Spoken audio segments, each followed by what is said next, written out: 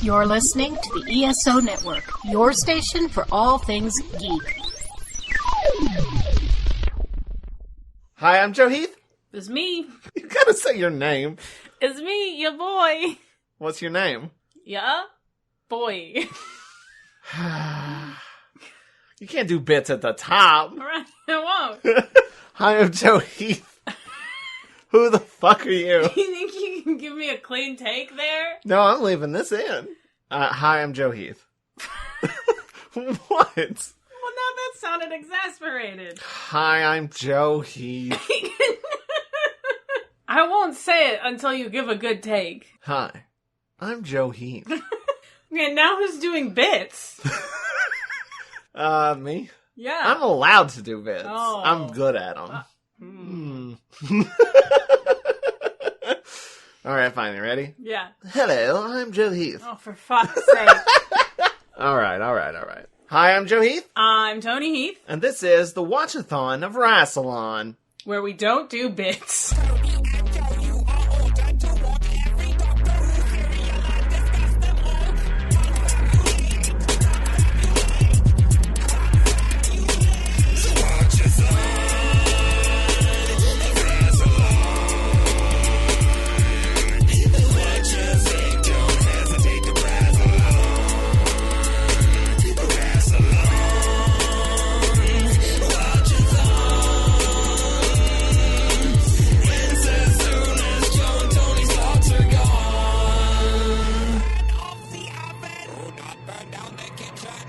Today, we're going to be talking about the Ninth Doctor era, portrayed by Christopher Eccleston.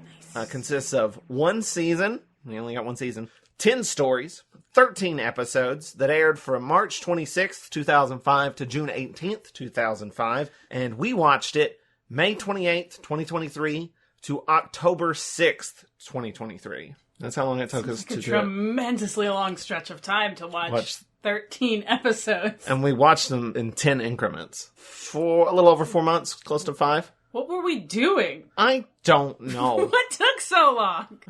Life. True facts!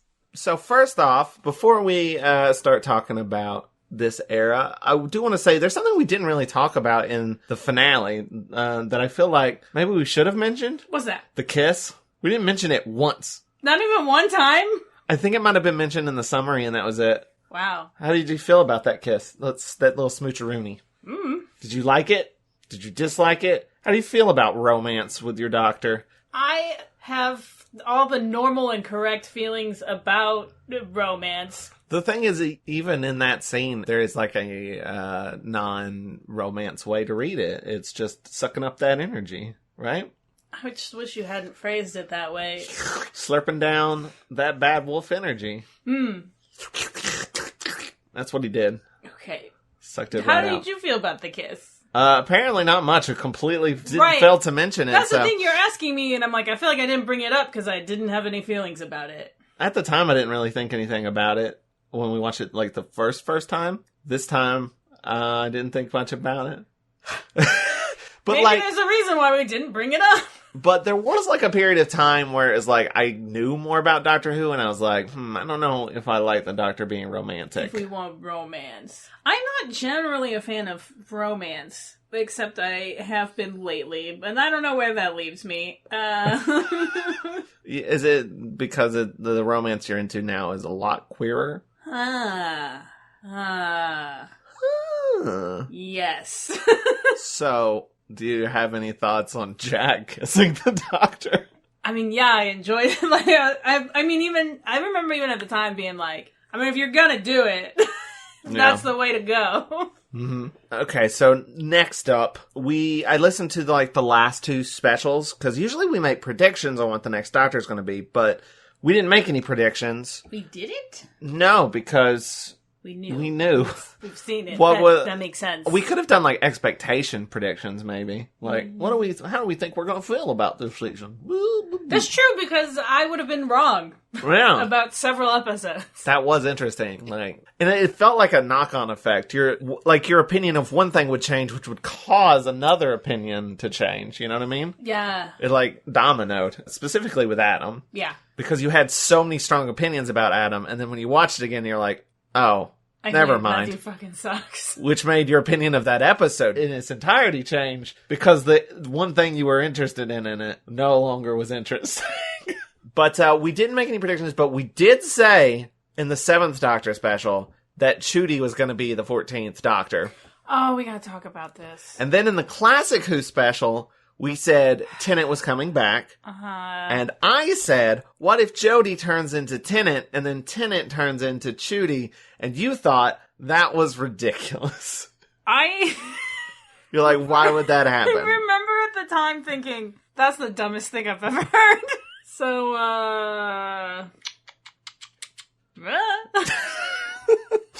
yeah, I thought that was funny. I'm still not convinced. That's not dumb. Yeah, I'm not convinced either. I mean, no, I'm excited about it, for sure. It's happening this month. I remember at the time being like, but that would undercut, the new Doctor coming in for, little to no reason. Honestly, everything I've seen, come out about the new stuff since then has just been really exciting, so... Yeah, I feel like the 14th Doctor stuff is, going to be a buffer before the new season starts. Well, and they're calling it Season 1. I was just gonna say, that is a bit of information that does totally change it. Of, that this is almost kind of like a cap on an era of Doctor Who. Middle Who. Oh, no. Classic Who, Middle Who, and now we're going to have New Who. What, Middle Who? Middle-aged Who? The thing is, can we change the name of New Who? Or does it have to be Classic Who, New Who, and then Newer Who? Yeah, Modern Who. I don't know. Postmodern Who.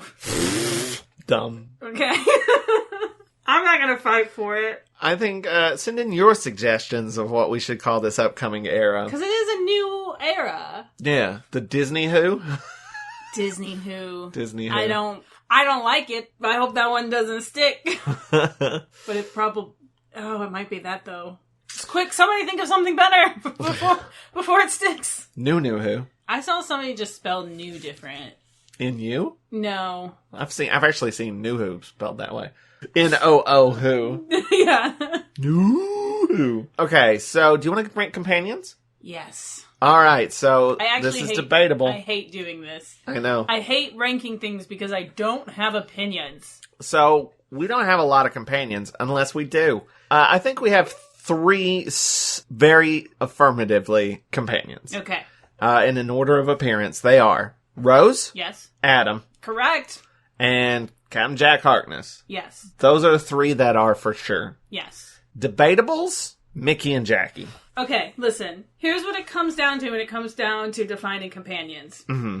Are you saying companion as in other members of the ensemble cast? Or are you saying companions as in travels on the TARDIS? Mickey did travel in the TARDIS in the very first episode. But here's my argument. I think the definition of travels on the TARDIS is actually a bad definition, and we should go with just members of the ensemble cast. Mm-hmm. People who are reoccurring characters. Yeah, because Ben and Yates didn't really do much TARDIS stuff, but I'd consider them... But I feel like people get into but were they a companion? Because they never went anywhere, and it's I don't understand. We just mean the other guys. The other people. But then how far out do you go with that? With, recurring characters, like Sabalom Glitz, or, the Paternoster Gang, you know? Do they count? I feel in my heart that the Paternoster Gang counts, but Sabalom Glitz does not.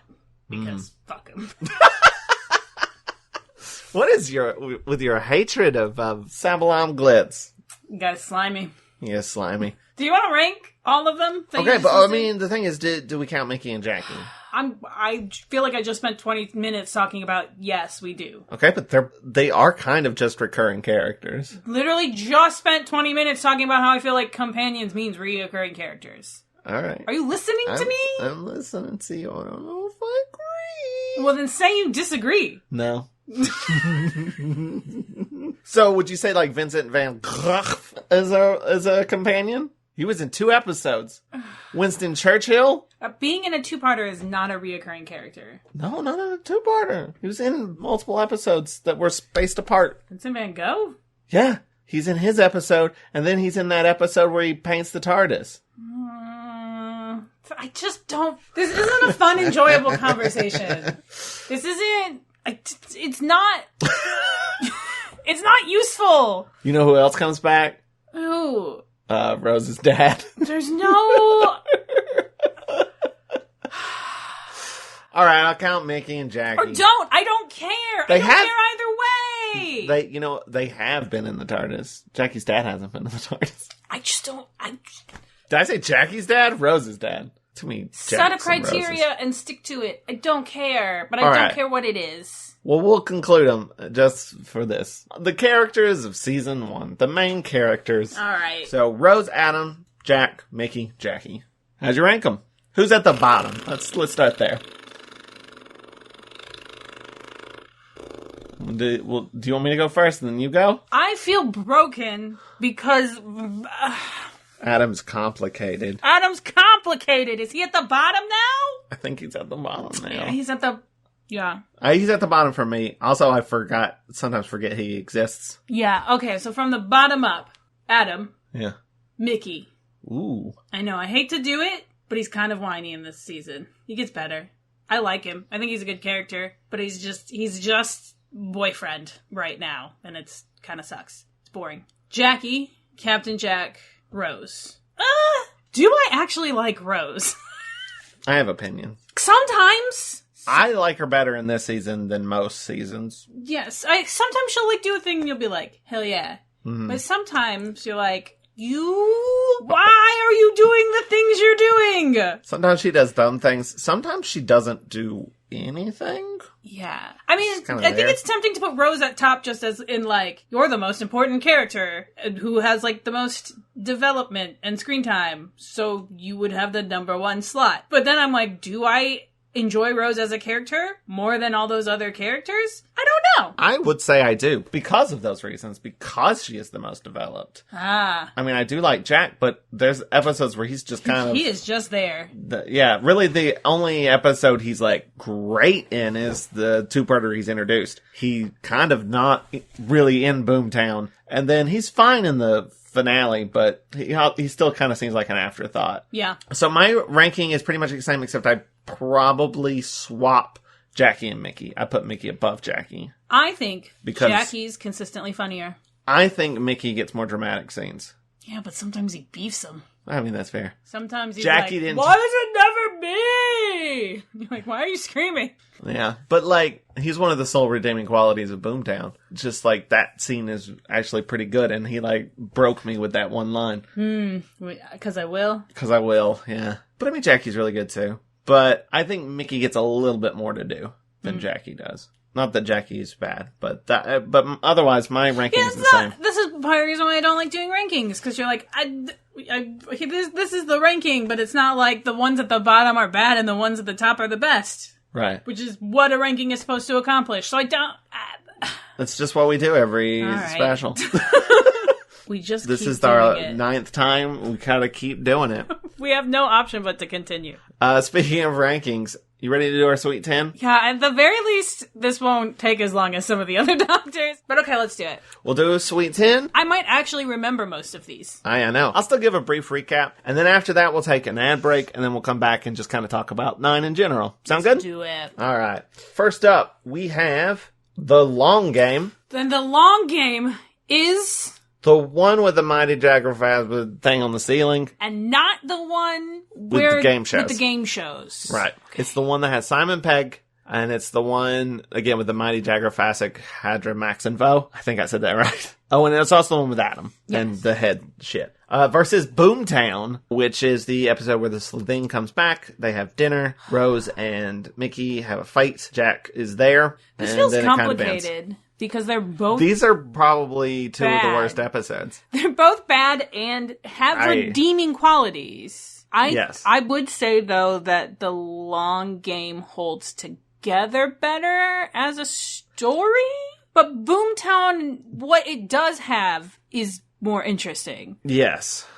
I would definitely... Okay, here's the thing. Long Game does hold together better as a story, but it's a boring story. You want to give it to Boomtown because at least the thing that it's doing is interesting? Yes, it has interesting things in it. Whereas I don't think The Long Game has anything particularly interesting. It is a very weird comparison to make of like, this one's better structured but empty, and this one's a mess but has one really good scene and one pretty good idea, and that's it. I'd say it has two good ideas, but... Because I like the Mickey Rose stuff in it as well. Yeah. It just falls apart. If you want to pass on Boomtown, I'm good with that. Yeah. Even though I'm shocked. The only good thing about The Long Game is Simon Pegg. Everything else is boring. I just can't believe that Boomtown got to move on around. Wild. What a world we live in. So next up, we have Father's Day and Dalek. Wild. We just went from the two worst to two of the best. And I want to pass on Dalek. You disagree. You want to move on Father's Day.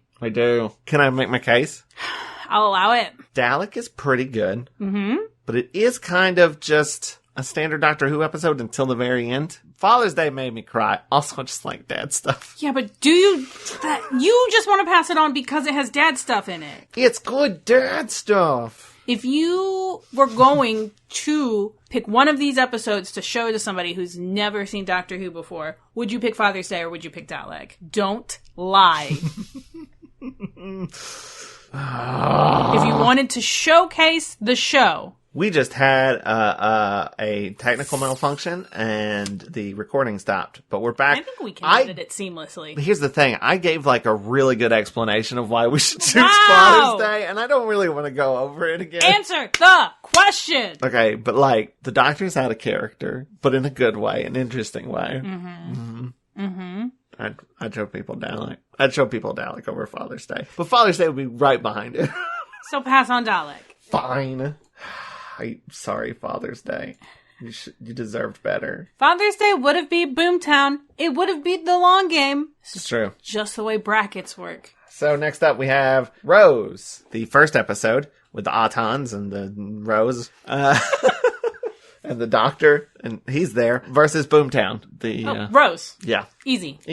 There's no shit sounds in it. There is a belch, though. Mickey gets eaten by a trash can. Next up, we have The Unquiet Dead, which is the one with Mark Twain and the psychic and the dead people coming back to life. What? Did I say Mark Twain? Shit.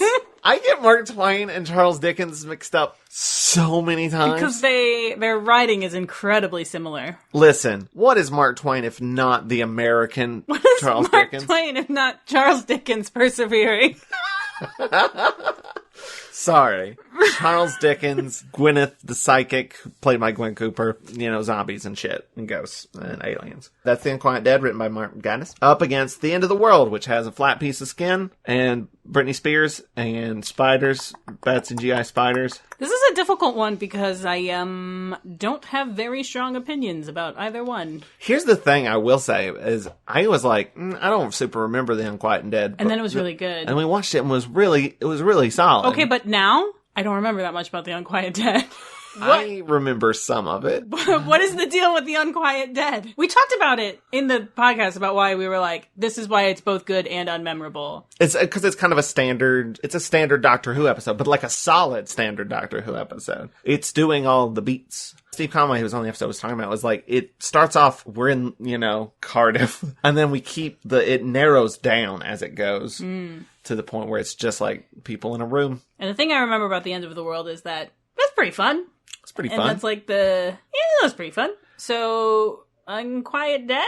See, now, I don't know. Do we pick fun and memorable, or do we pick solid but forgettable? Solid but forgettable. It's impossible for me to do. I truly don't have enough of an impression on either of these episodes to have a strong feeling either way. I mean, the Britney Spears toxic scene is great. Iconic. It's so good. There's nothing iconic in The Unquiet Dead. There's nothing iconic in The Unquiet Dead. I mean, he says, what in the Shakespeare was that? Which is pretty good, but not iconic. The only reason why I want to pass on The Unquiet Dead is I remember having such a strong impression after watching it. That it was good. That it was a much more solid episode than I remember it. Than I had ever given it credit for. But now, here in the future, I still can't remember anything about this episode again. I'm willing to move on the Unquiet Dead, remembering what our reactions were. And I do think The End of the World doesn't hold up as well as it used to. But it does have that one really memorable Britney Spears scene. And it does have Cassandra, who's memorable. The face of Bo. Great set design. Terrible CGI. Terrible CGI spiders, yes. And also that ridiculously stupid fan scene. I almost feel like we should flip a coin. It's so weird, because out of the two, I feel like The Unquiet Dead is probably the stronger episode. Yet somehow, when it comes to, like, contributing to, like... Doctor Who history. Yeah, the more things come from The End of the World, because nothing comes from Unquiet Dead. Well, it kind of starts that... The rift and... Yeah, the rift, and also that tone of episode of hanging out with, like, you know, that would continue with, like, the Shakespeare episode or the Vincent van Gogh episode. That style of episode kind of originates there, I'd say. Do you have a strong feeling either way? Not really. The thing is, I had a strong feeling for The Unquiet Dead, and then you made your case for The End of the World, and I was like, yeah, okay, and then you were like, but I'm happy to pass on The Unquiet Dead, and now I'm back with... That's what I'm saying. Memorable or solid? I don't honestly know. I can't figure it out. My gut's saying End of the World now. Now my gut's saying Unquiet Dead. All right, let's go with Unquiet Dead. You've said Unquiet Dead twice. No, do End of the World.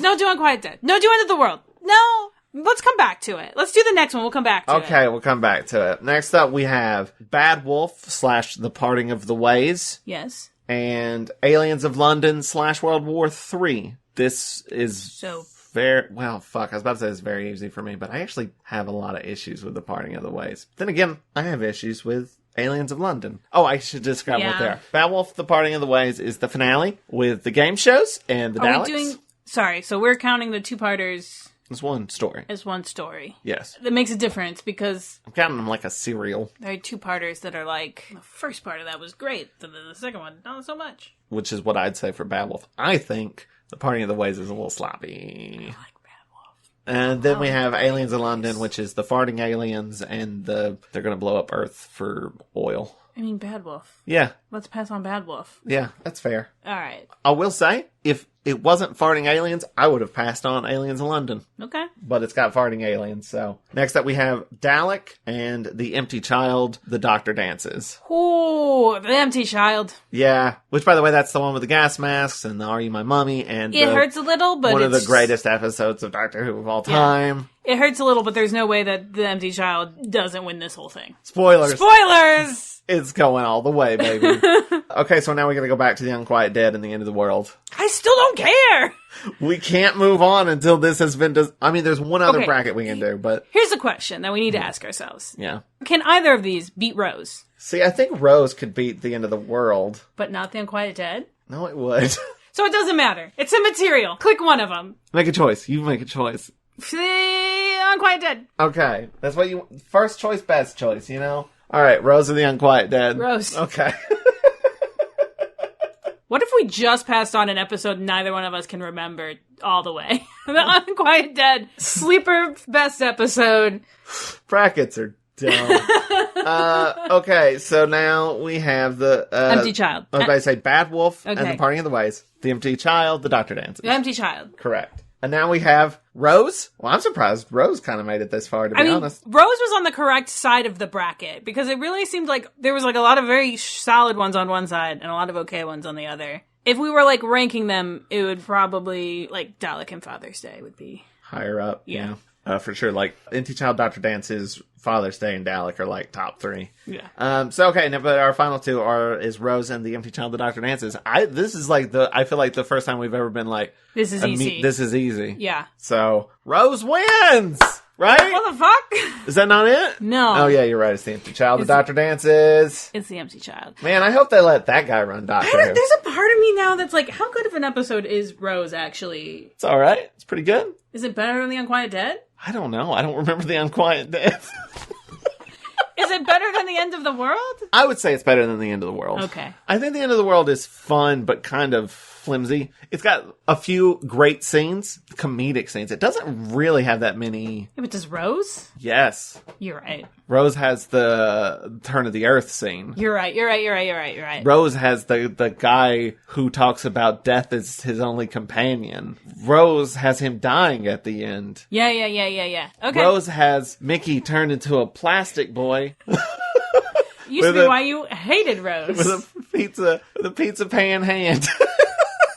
Pizza paddle hand, I mean. Okay. So yeah, that was fairly... Pretty straightforward. We did it. If you want to fight with us... Don't. Thank you. Please don't. We usually call Christine at this time, but do we want to? Do you want to call Christine just to let her know? Yeah.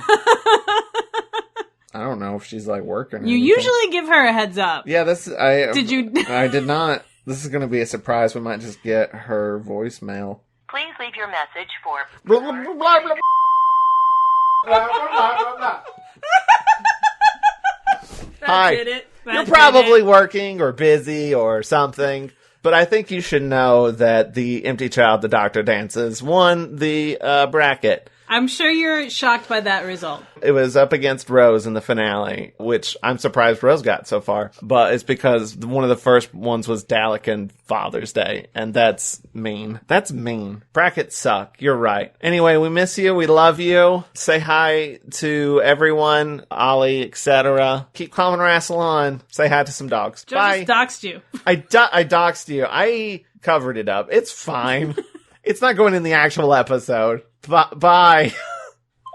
We did it, and now I think it's time to take a break. And we'll be back for our final thoughts on the Ninth Doctor. Ready? Take a break? I'm doing it. Let's go. Good afternoon. May we be of assistance, sir? Yes, I'm looking for a podcast for someone who likes that 1960s headache music. Don't these podcasters have atrocious taste? Sir, may I recommend this podcast by Monkeying Around? I guarantee a migraine. I never heard of monkeying around. You never heard of Monkeying Around? He's never heard of Monkeying Around. What does monkeying around sound like? I'll take it. He took it? He took it. Monkeying Around, a podcast about the monkeys. And we're back. Tony, do you know what time? Welcome back. Yeah. Did I just fully throw you off? A little bit. Do you know what time it is? I always... Okay. I didn't expect you to come in so soon. I don't know. You like shut down like a robot. Do you Do you know what time it is? Me? Yeah. It's time for final thoughts. Yeah, it is.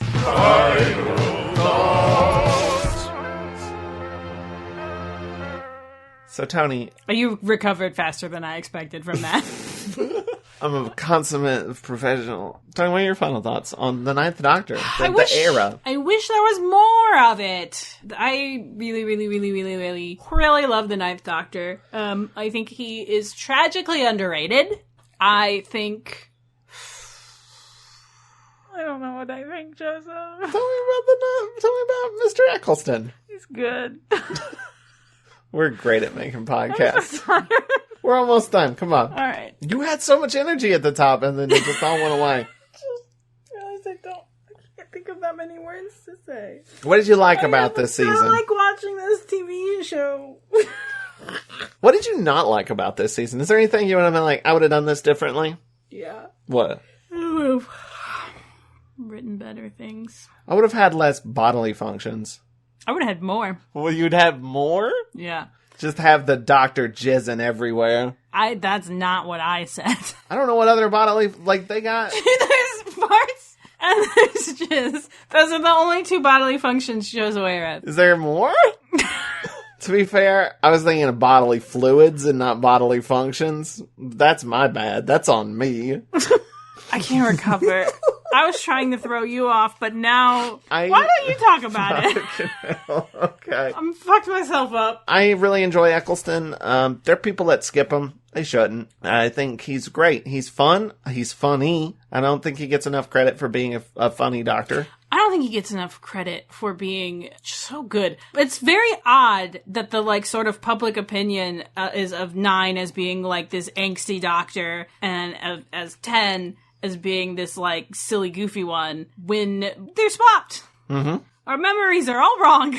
You guys are wrong. Fix yourselves. He does a lot of good faces. He does some good dances. But he was able to do that and be, like, very dramatic at the same time. Do you think it's because his dramatic is more legitimately dramatic, whereas I feel like Tennant sometimes is just, like, emo dramatic? Like, Hot Topic dramatic? No, I think Tennant as I think his doctor is less forthcoming, like, about his emotions than the Ninth Doctor. And so I think people have a tendency to, like, take him at his word when he's full of shit. I think that's part of it. This is not like this is like a fandom thing of this perception. This perception is also canon when the doctor sends Rose away with 10-2 and he's like, look at him. He's a mess. he's like war-torn and angry, just like me when you met me. And it's like, you were goofy as shit. So it's almost not fair to say it's like an unfair perception because like in the show, he's definitely dealing with trauma. Yeah. He's so good at it. He just doesn't get enough credit for being very funny. That's all. I agree. I'll say this season is a fairly strong season, I feel like. Yeah. It's got some great episodes. It has some... But you know what surprises also, me? What's crazy is that it's establishing what the show is. Like, you go back and you watch the season and you're like, yeah, that's it. Like, that's Doctor Who. It's doing it. You know what's weird to me, though? The weaker episodes are written by RTD. Why is that weird to you? I don't know. Every single writer for this season that's not RTD pulled out a great episode. Yeah. But maybe that's because RTD had to write more, whereas all the rest of them were just writing the ones they've been wanting to write the entire wilderness years. You know what I mean? Yeah. Also, like, show running is its own separate skill. That, like, I feel like there's a huge difference between Moffat as a... Writer and a showrunner? A writer and a showrunner. Yeah. I think he's a better writer than he is a showrunner. I think his first season is fantastic. I think RTD's a better showrunner than he is a writer.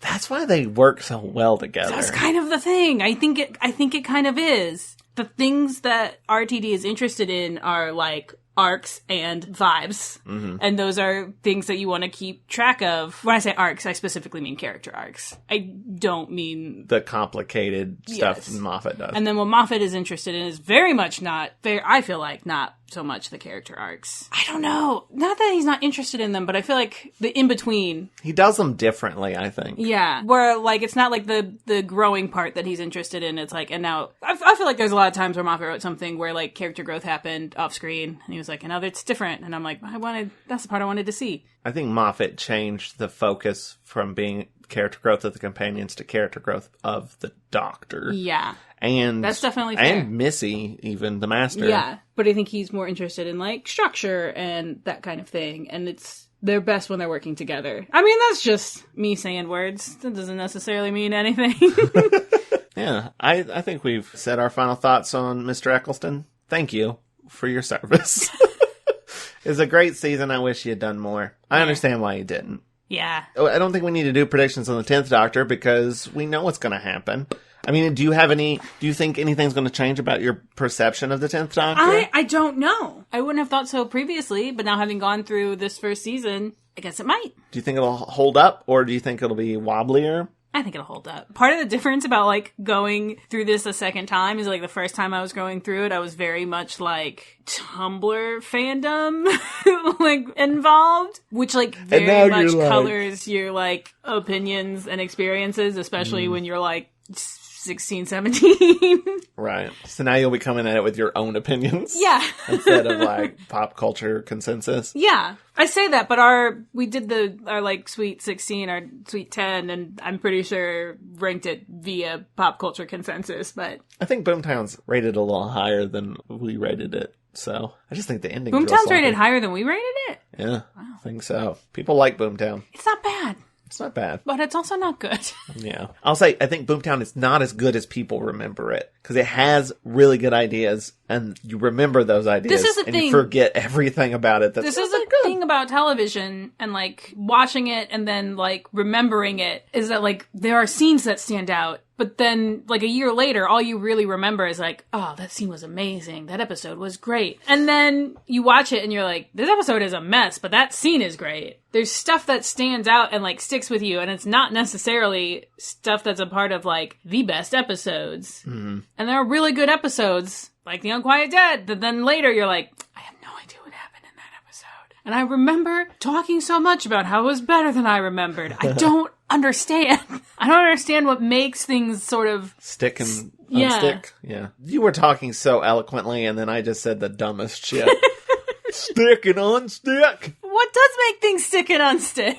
I think I'm going to appreciate episodes a bit better that I didn't quite enjoy before because I'll be coming at them with more of a handle on it. But I think there's going to be some episodes that I enjoyed that I'm going to be like, yeah, this isn't as good as I remember. Why do you think that? Because it happened this season. Oh. So that's my prediction. That's going to happen again. All right. So do you have any predictions for the 14th Doctor, aka 10-3? I don't know. I mean, clearly I am in no shape to make predictions.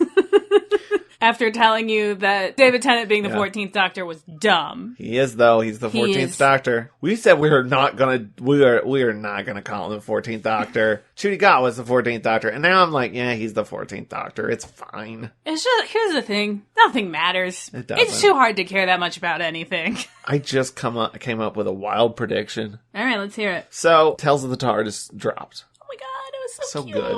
I cried a lot. Good. And they kind of just went, you know what? 6 and 7 continue on with They go have adventures. Their adventures. What if they show up at some point? It is the 60th after all. What if they physically show up? Why not? Why not? Let's see it. And then they get their own spin-offs. I can't, whatever you predict now, I just have to be like, might happen.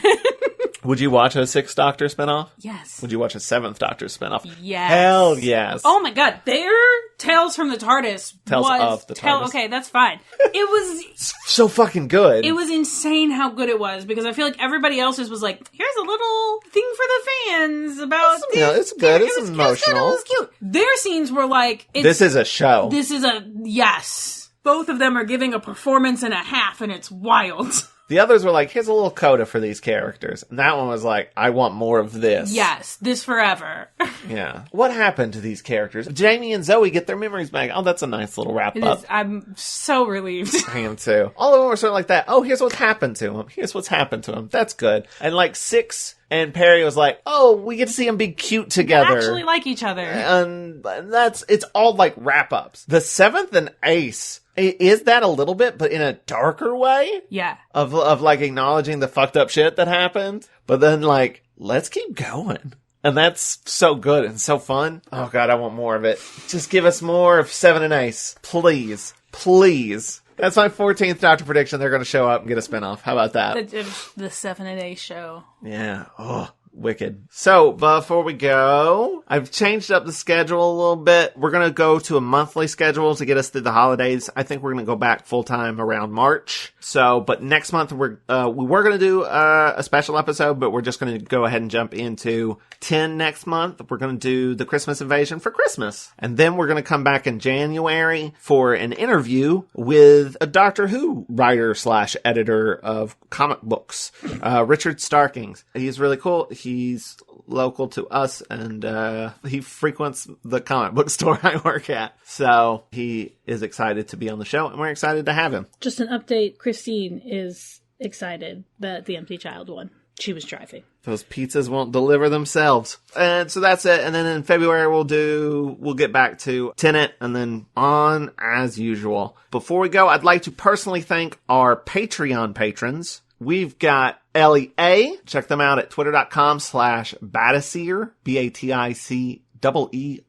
Steve Conway, twitter.com/Steve Conway. I'm saying Twitter, I guess it's X, but whatever. He's also been on the podcast. He's great. Brenna Duncan, youtube.com/The Ben Podcast. Actually, can you say that one? It's with an I, and I can't pronounce my E's and I's. youtube.com/The Ben Podcast. That's BIN. Thank you. Yeah. The ESO Network, our podcast network, ESOnetwork.com. Ray Friesen, RayFriesen.com, friend and frequent guest on the show. Matt Golden, MatthewGolden.net. Hey, thanks, Matt. Golden. Hallie Larson, Twitter.com/Hallie_9000. Also a former guest on this show. Melissa, Malice Rewatches Doctor Who.tumblr.com. Also a former guest on this show. Nicole Mazza, you can check out her podcast, Terminus, a Doctor Who podcast at terminus.libsyn.com. Also a former guest on this show. All of our patrons are guests on the show. Become a patron and maybe you'll be a guest on the show. Honestly, it happens more often than you'd think. Jason Perry, Lily, which is bisexualbrigadier.tumblr.com. Ian McLean, Rachel S., Hazel Twilight, who has Adventures in Classic Time.tumblr.com, and Carrie Varner, patreon.com/Carrie Varner, and that's CarieVarner. She's an artist. Has a lot of very cool fandom pieces. Including Doctor Who stuff. Yeah. There's a Cyberman and stuff like that. And so, yeah, become a Patreon. If we get to $100, we're going to do a bonus episode every month. Guaranteed. We're very close. Very close. So please become a patron. And we'll shout your name out in these episodes. If you liked this episode, check out more on Watch-A-Rassilon.com. You can also find our podcast, our Patreon, and more at Linktree/Watch-A-Thon. And I want to give a special shout out to Vincent E. L. for providing us with our amazing theme song. Thank you, Vince. Check out more of their music at vincentel.bandcamp.com. And tune in next month when we talk about the Christmas Invasion with Vincent E.L. and my dad, Brad Heath. Oh, because your dad loves David Tennant. Yeah. We had him on for Father's Day because it was Father's Day. We're not bringing him back for when Rose's dad comes back. We're just bringing him back for the very first one because he loves Tennant. Like, so much. Yeah, like, he's into Tennant. Like, into Tennant. He wants to fuck David. You think my dad's okay with me saying that on the podcast? You've said worse things about your dad in public. That's true. So until next time, keep calm and wrestle on. Goodbye, and I love you in a platonic, parasocial way. It's been fantastic. Oh, what was that? And you know what? So have we. No? You're scrunching up your face. I don't like it. You didn't like it? I don't like it. All right, bye. I'm the doctor, by the way. What's your name? Rose. Nice to meet you, Rose. Run for your life. This has been a broadcast of the ESO Network. Be part of the crew and help support our shows by donating to our ESO Patreon or by shopping at the TeePublic store, which can all be found at www.esonetwork.com. The ESO Network, your station for all things geek.